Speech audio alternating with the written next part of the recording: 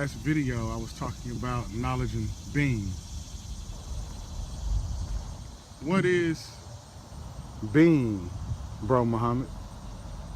It says in the work, often when we think of being, a lot of times we think of, in a lot of philosophical schools, just the idea of existence. But coming from the work that my father teaches and that Gurdjieff and others teach, we consider the idea of being something a little bit more in depth.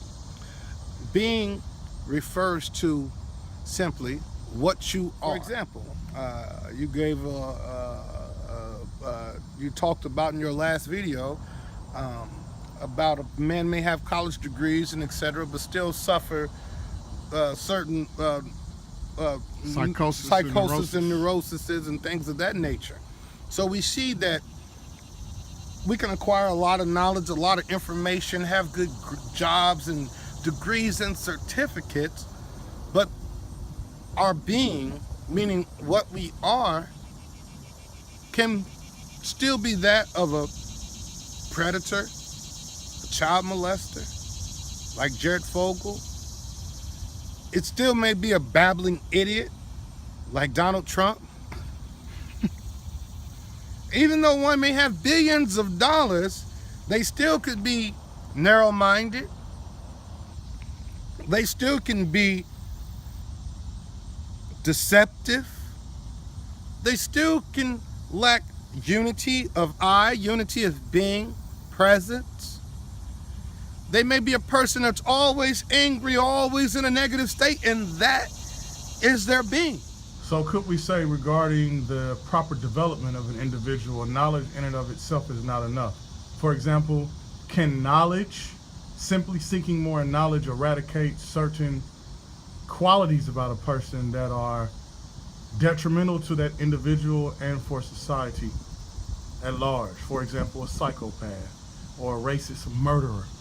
Mm-hmm. Here's an ideology and behavior. Mm-hmm.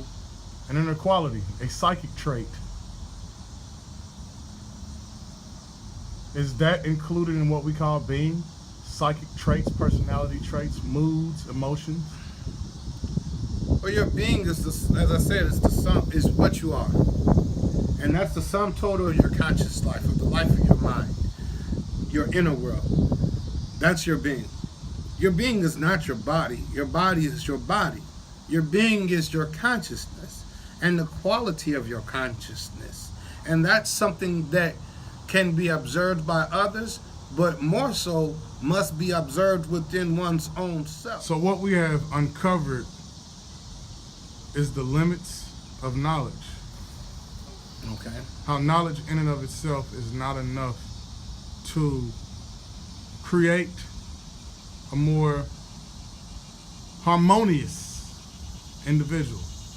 It is a well-balanced individual whose emotional life is balanced and he or she has access to the knowledge he or she needs at a given time to solve a solution, to deal with a particular ordinary life problem.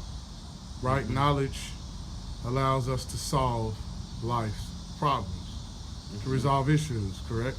Right. On a fundamental level. Mm-hmm. Knowledge is simple as tool making. Our more so-called primitive ancestors in metallurgy. Mm-hmm. Knowledge. Mm-hmm. Form of knowledge is skill. Tool making. Right. Problem solving, the creation of mathematics. The creation of the symbol and the concept zero, which enables mathematics, which enables the world we have now. Measurements and so on. Those are things that are important, correct? Right. But being, can one change one's inner life just because he or she knows calculus or trigonometry?